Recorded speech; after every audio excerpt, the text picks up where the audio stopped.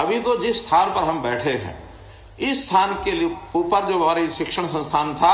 वो पुराना होने के कारण से उसको गिरा दिया गया। इसके नए निर्माण की जो बात की जा रही है, इसमें मुख्यमंत्री के पास, मंत्रियों के पास एक डिस्क्रिशनरी कोटा होता है। उस कोटे में सामान्यतः हम योगदान कुछ ना कुछ जरूर देते हैं, लेकिन मैं तो इतना कहूंगा कि आपके इस संस्थान को बढ़ाने के लिए, शुरू करने के लिए प्रारंभिक योगदान इसकी मैं घोषणा कर रहा हूं। और मैं अकेले अपनी तरफ से भी नहीं, तो हमारे सरकार के साथ जुड़े हुए साथी हैं, मैं उनकी ओर से भी, क्योंकि उनसे मेरी बात हो गई है, उनका कि हमारे नाम से भी आप घोषणा कर देना। तो आज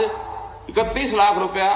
मेरे कोष से आएगा और 11 लाख रुपया डॉक्टर कमल गुप्ता जी की ओर से आएगा, 11 लाख रुपया हमारे डिप्टी स्पीकर उनकी ओर से आएगा। तो ऐसे 53 लाख रुपए की घोषणा इस सभा में और मैं इस कॉलेज के उस शिक्षा संस्थान जो है उसके लिए करता हूं। और इसी प्रकार से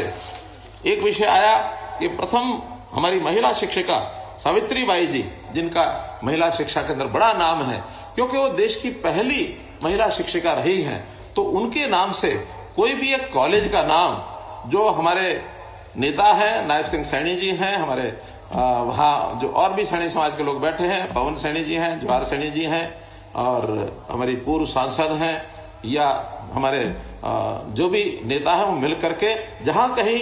किसी कॉलेज के नाम रखने की बात आती है, जहां हमारे समाज के लोग हों, वो बताएंगे तो निश्चित रूप से कॉलेज का नाम या किसी शिक्षण संस्थान का नाम उनके नाम के ऊपर रखेंगे।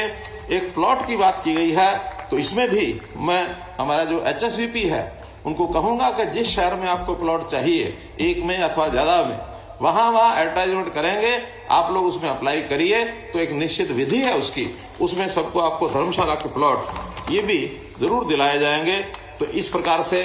कुछ जो डिमांड्स हैं उतनी मैंने आपको बताई हैं, लेकिन और जो चीजें रह गई हैं, जिन शहरों के,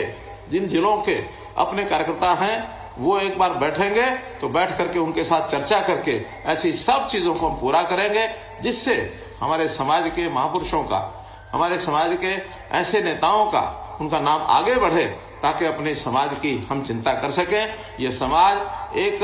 कर्मशील समाज है, एक काम करने वाला ऐसा समाज है कि जिसके आगे कोई कठिनाई, कोई दुविधा ये बचेगी नहीं। और निश्चित रूप से हम अपने कर्म करने की जो वृत्ति है, इसके कारण से सदैव आगे बढ़ेंगे। हम कहते हैं समाज का वो वर्ग जो कमजोर वर्ग है, जिसको हम अंत्योदय की श्रेणी में मानते हैं, सबसे पहला अधिकार उसका है, वो किसी भी जाति का हो। जाति पाति से ऊपर उठ करके समाज के कुछ वर्ग जो लाचार वर्ग है, ऐसे लाचार वर्गों को और हमको कैसे आगे बढ़ाना है, उनकी सहायता करनी है, उनकी शिक्षा करानी है, स्वास्थ्य में उनका लाभ कराना है, उनको रोजगार दिलाना है। एक एक परिवार की, एक एक व्यक्ति की हम लोग चिंता करेंगे। उसमें जरूर मैं समझता हूं कि सरकार के साथ आप भी भागीदार हों।